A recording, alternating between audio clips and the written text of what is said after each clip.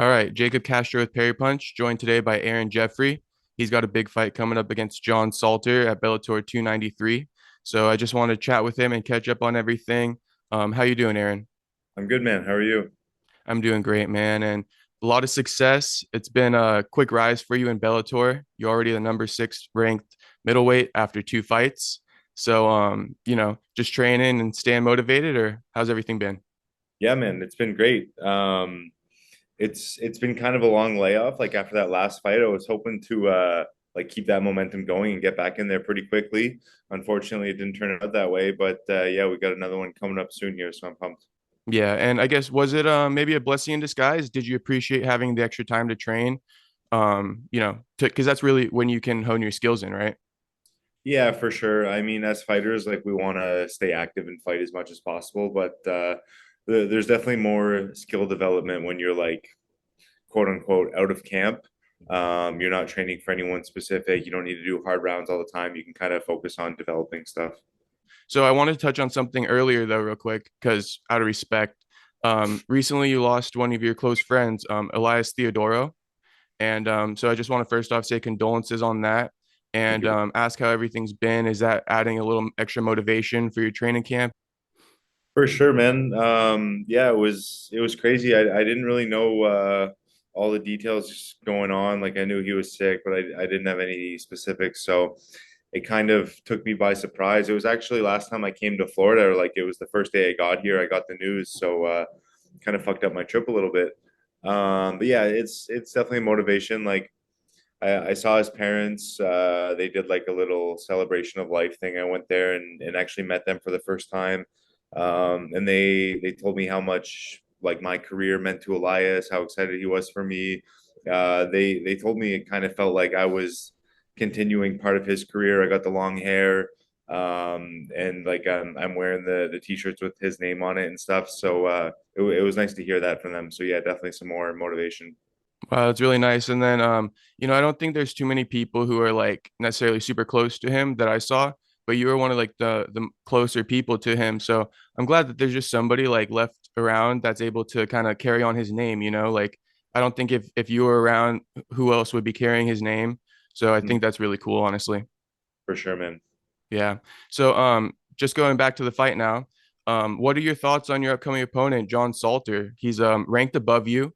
He's kind of hasn't fought that much, so there's not too much like um film on him, I guess. But what are your thoughts on him?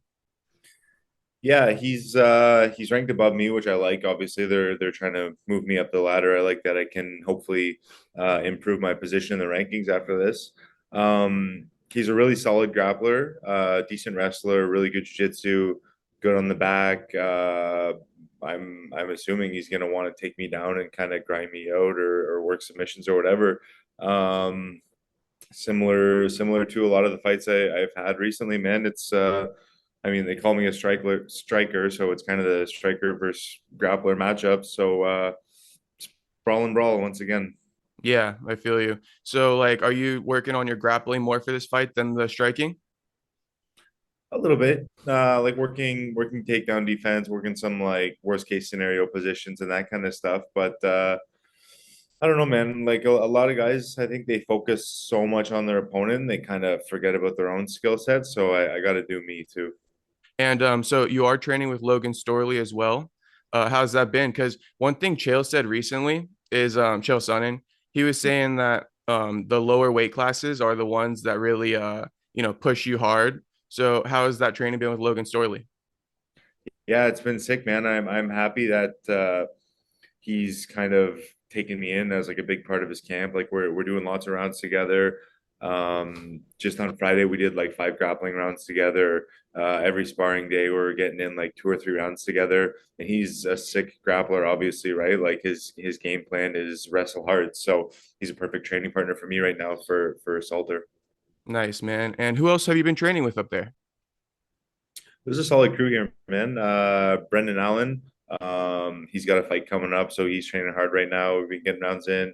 Impa Kasanganai, former UFC fighter, he's got a big fight coming up too. We've been getting rounds. Tuco, Logan Storley, um, Marc Andre Barrio is here, another UFC fighter, fellow Canadian. Uh, Probably tons of guys I'm missing, man. It's just a solid crew here in Florida. Gotcha. And are you seeing any like premonitions in training, like how you think you might get a finish or something like that? Yeah, I could see it similar to a lot of my fights, man. I think I can stuff some takedowns, kind of like make this guy break a little bit, right? He's gonna want to take me down. I'm gonna stop that, and I think I can get a TKO, maybe second or third round. Awesome. And then we did touch on it before we started the interview, but you're looking to kind of finish your training camp out in Canada? Yeah, I like to come down here and get a lot of hard rounds with like these bigger, like really high level guys, Hmm. and then I can go back home and kind of work like very specific stuff with my coaches. I have some great training partners there, some really high level wrestlers, some good jiu-jitsu guys, and just kind of like clean things up, work specifics, game plan stuff, that sort of thing. Okay, awesome. And one other thing, just like on a side note, I noticed that you and Jasmine are both out in Florida. So how come you guys are at separate gyms? Um, Killcliff doesn't have any female fighters. It's all guys here. So Oh, she wanted to come, but yeah, there's no one here for her. ATT has a good group of girls. Um, ATT also has the champ Eblin and Vanderford, one guy already fought. So they probably wouldn't be too happy about me being there. yeah, I got you. So I guess rounding it down a little bit, when are you going to come out to California for the fight? I don't know, man. Whenever Bellator wants me, probably early on fight week. Like the fight's on a Friday, so hopefully on the Monday. Okay, so about like just like that week you'll be coming out, nothing too Yeah, crazy. yeah. And then I don't know. I might stick around a little bit after the fight. We'll see how things go. My family's all coming down, which is sick. So I'm gonna see what they're doing, and maybe we can spend some time in California after the fight. Awesome, man. And I'm gonna try to come out to your fight as well. So hopefully Uh, we can meet in person. That'll be sick too.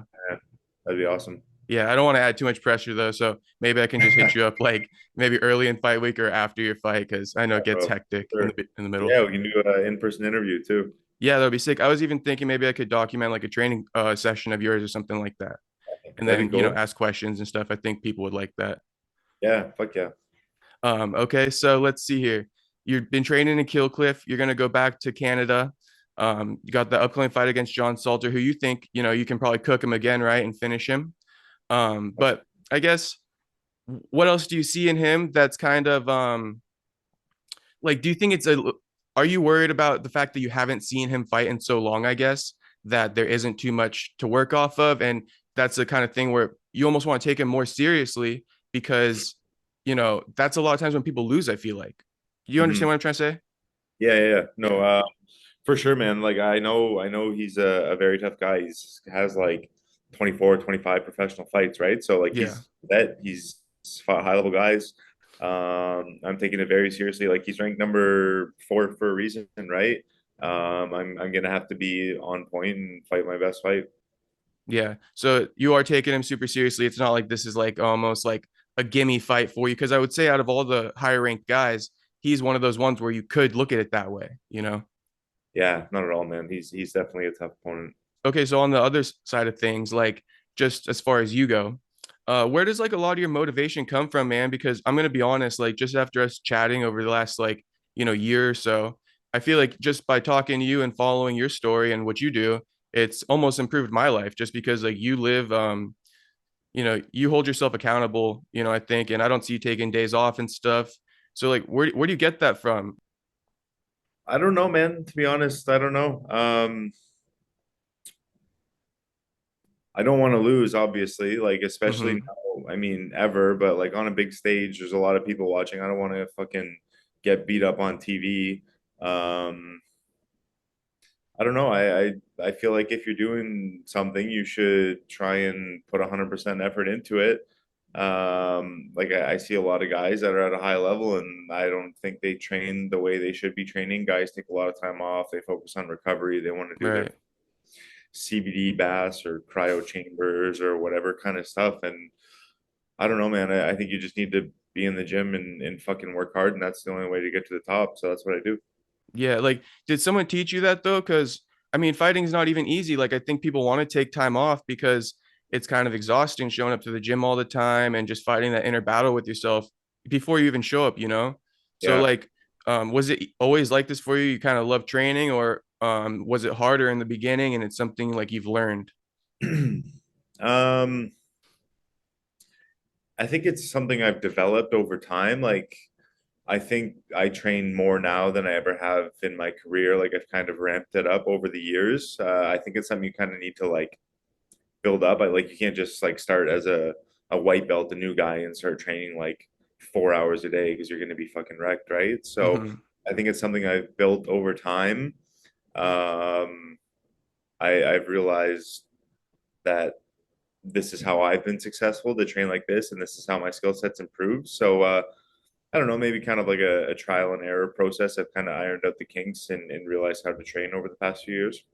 Okay, so there's probably maybe were there speed bumps down the road where you were like, okay, I didn't train too hard here, so like train harder here, and then you got the results you wanted, and that's kind of what's led to this. Yeah, I think so, something like that. Is there anything else new that you've added to your camp, whether it's like maybe a supplement or some type of training? I know that you don't even lift weights, so maybe you added that in.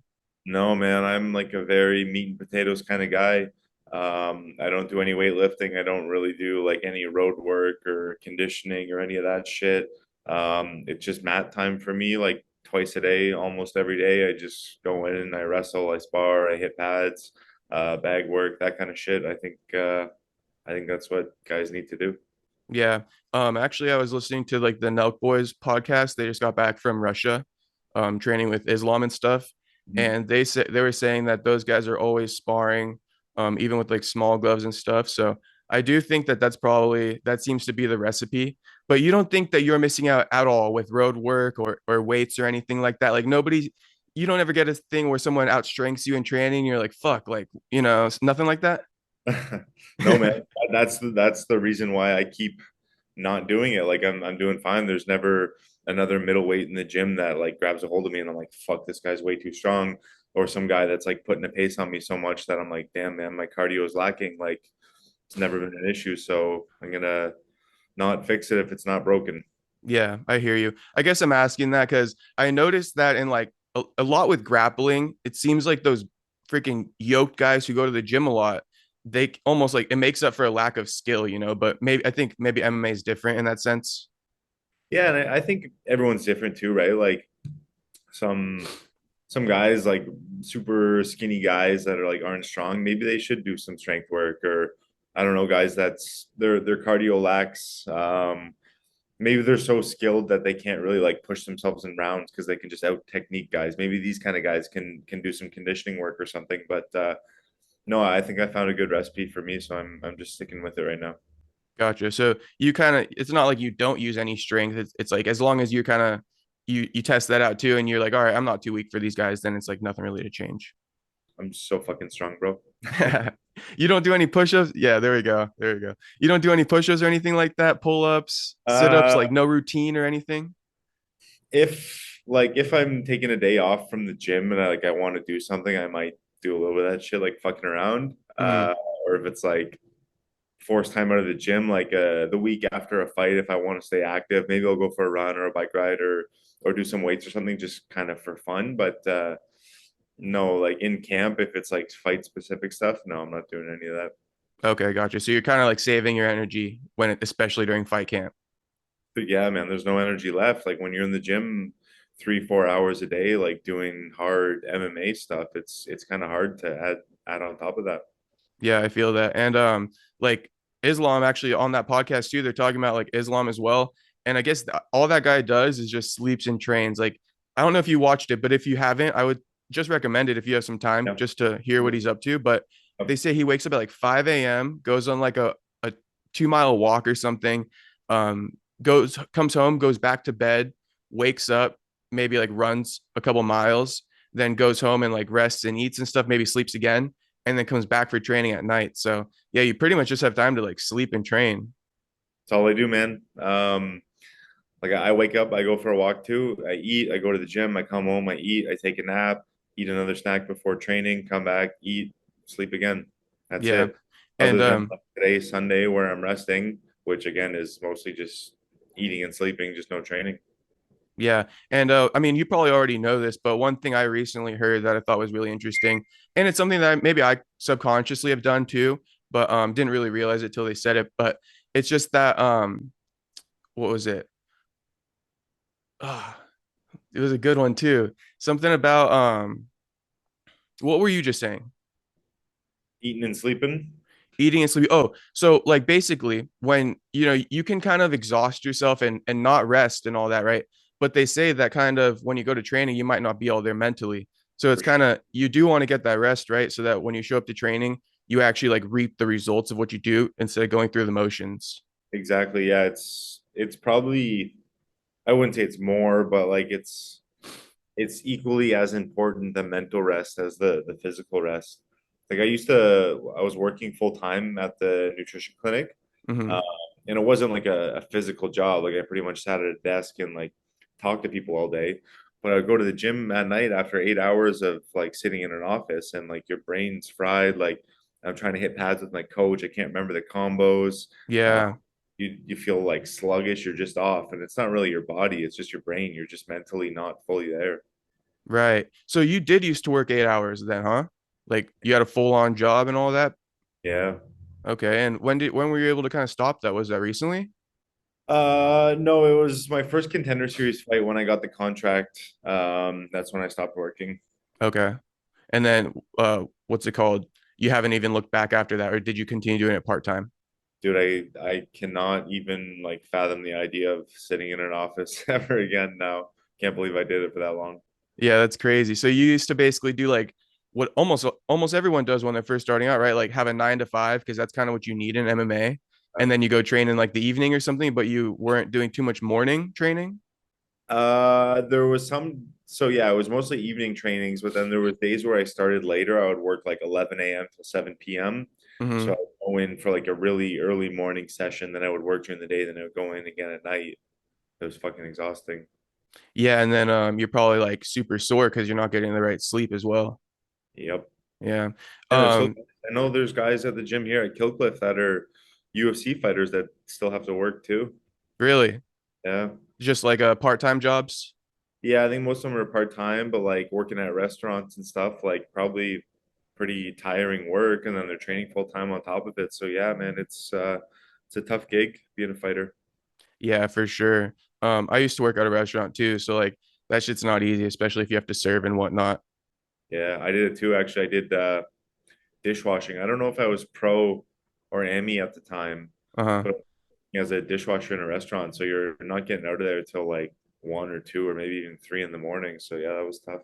Yeah, it's fucking brutal. And then you got like if you want to train in the morning, you only get like a few hours of sleep. So Yep. it's just kind of like difficult, I guess, in that sense. Yeah, man. Did you ever get any funding or anything like that? I actually was listening to another podcast, like Sean O'Malley, and he said he funded himself by like going around with the flyer asking local people to fund him for his like his dream essentially of becoming a fighter. And Yeah. you get like a little sponsor on the shorts or something, but it was like a package he was selling. Did you ever do anything like that? Yep. Not exactly like that, but just kind of like emailing businesses or like friends of friends or like a friend's parent or something like that that has a business. Yeah, lot of generous people are willing to sponsor fighters and yeah, like throw the logo on the banner, throw the logo on the shorts. Like we tell them it's advertising, but really Yeah. like on the regional scene, that's not helping their business at all. People are just being generous and helping us out. Yeah. Who told you how to do that? Like, I would have never thought about that. So when I heard him doing that, I was like, does everyone do that? Or like, did I just not know about this? Yeah, a lot of guys do it. Okay. Yeah, when I was like coming up in the sport, there was like some pro fighters at the gym when I was amateur and some that they did. So you just kind of learn from them. Okay. Gotcha.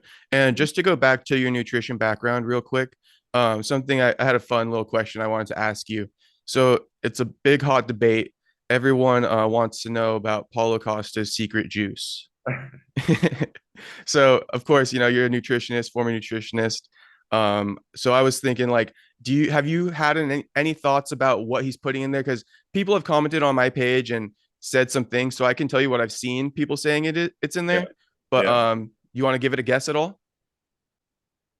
I thought it was just like a steroid reference because everyone says he's on the sauce. So I thought it Yeah. was like he just carries this. I don't know, maybe it's just like BCAAs or something, but I'm pretty sure he's just making a steroid joke. Yeah, I mean, of course, I think it's a steroid joke, I guess, but obviously not taking steroids, I don't think.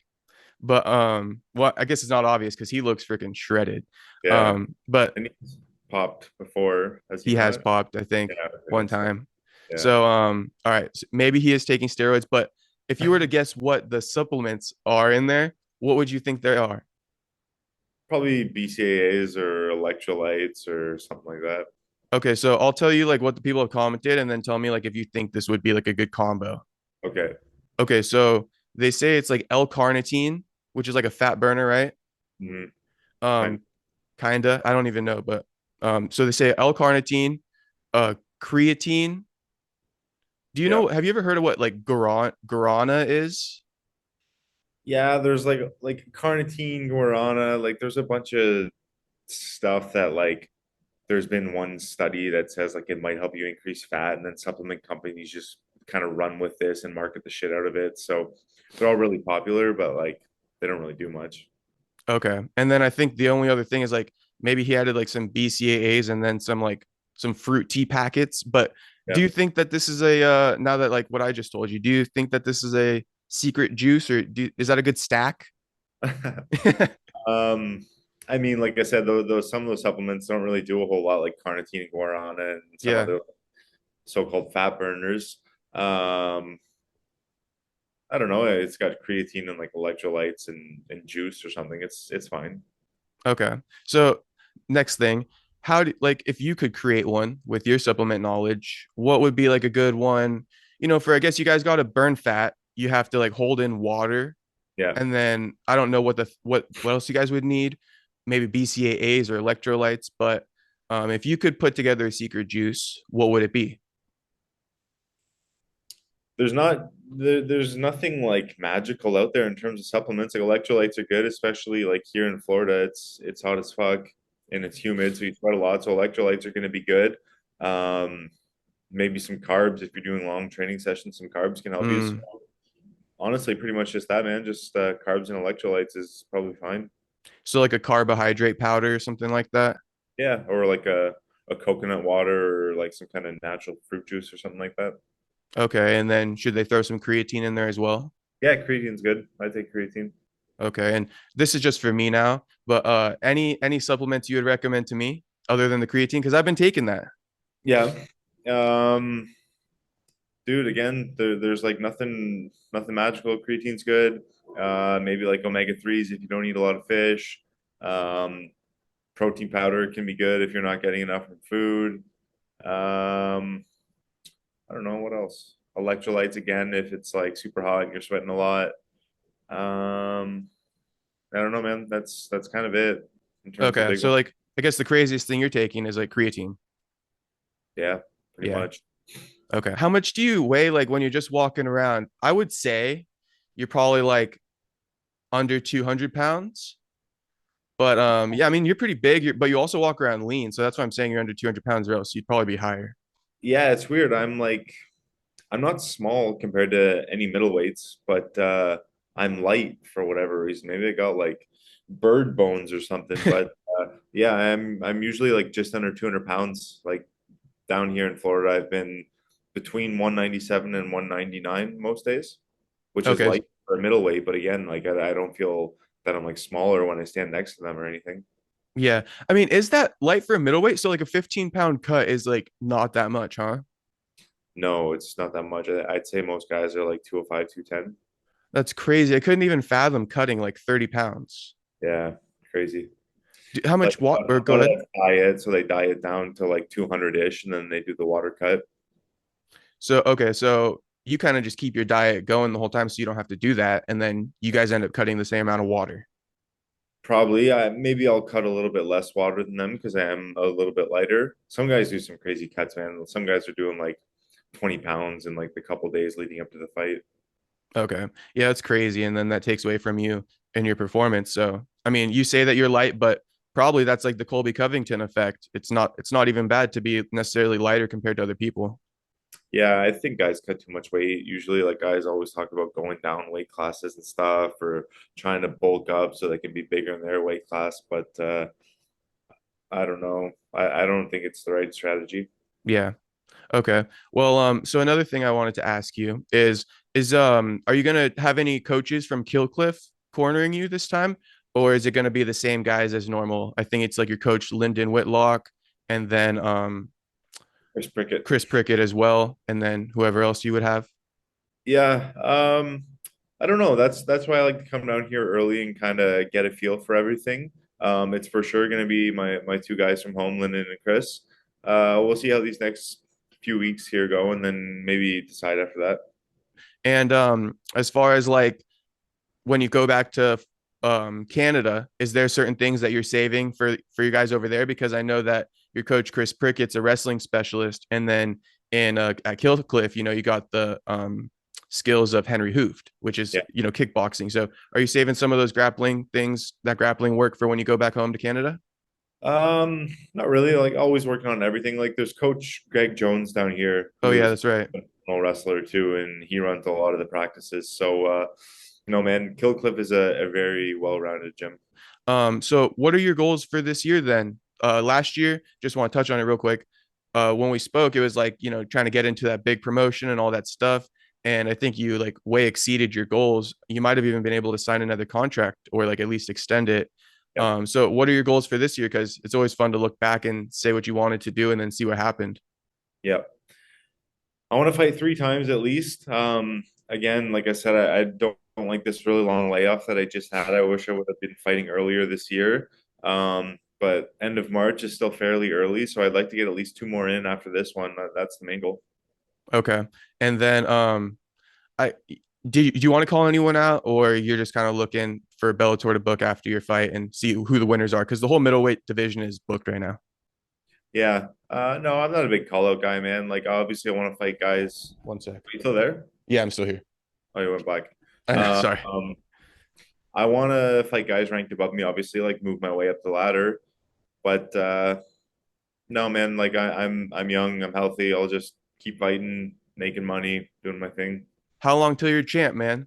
I know that's the biggest goal you have, right? It's got to be. Yeah, for sure. Hopefully by end of year.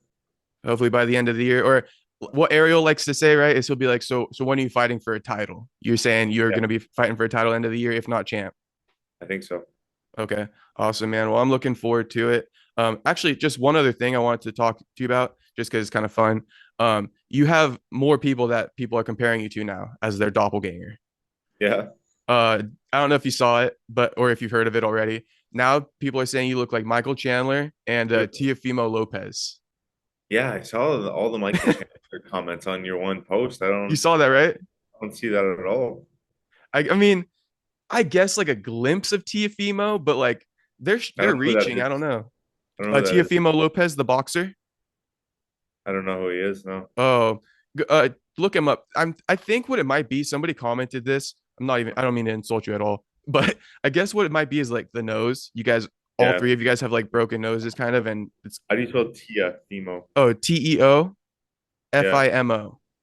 Fimo? Yeah, you guys have completely different haircuts. He's like Mexican, but I guess it's the nose that people are seeing and Yeah, taking. big nose. He's got like a thin little mustache too. Maybe a Yeah, little. yeah, If he had a mullet, I could see it. But Michael Chandler, I don't really see at all. Maybe just because we're both like jacked white guys. yeah. I guess I don't know, but I thought it was funny. Like every time I post about you, there's new doppelgangers that they're comparing you to. Yeah. You get any other random ones that we haven't talked about before? There's some soccer player that's got a mullet and a mustache that I get Uh, a lot. Do you know who it is? I don't. I don't follow soccer at all. Me neither, but I've looked this guy up. Let me see if I can find him too. Okay. Well, while you're looking that up, like when I used to work at a restaurant, people would always tell me like, "Oh, like I swear I've met you before," and I'm like, "Oh, I don't think I've met you before." So does that happen to you? Do you just have like a familiar face? Do people say that to you ever? No, not really. Oh, okay. Haven't been recognized that much yet. Oh, this is the guy. What's his name? Hector Bellerin. Hector Bellerin. Let me Look at look this. him up. You see Oh, this? oh yeah, yeah. I could see it. Yeah, for sure. I could see it. you slap a mustache and a mullet on any white guy, I guess. Yeah, You guys will look alike. yeah. All right, man. Well, I had a good chat with you. I hope, training goes well and everything. And yeah, well, let's stay in touch as far as like when your fight comes up, and then hopefully we can link up or something like that. I just live in I'm about an hour away from Temecula. Oh, So sick. yeah, not too far at all. So let's stay Yeah, in contact and all that. sure. Absolutely. All right, brother. Well, good luck. Good luck in Yeah. training, and hope you stay healthy and all that stuff. And good luck in your fight as well. Thank you, bro.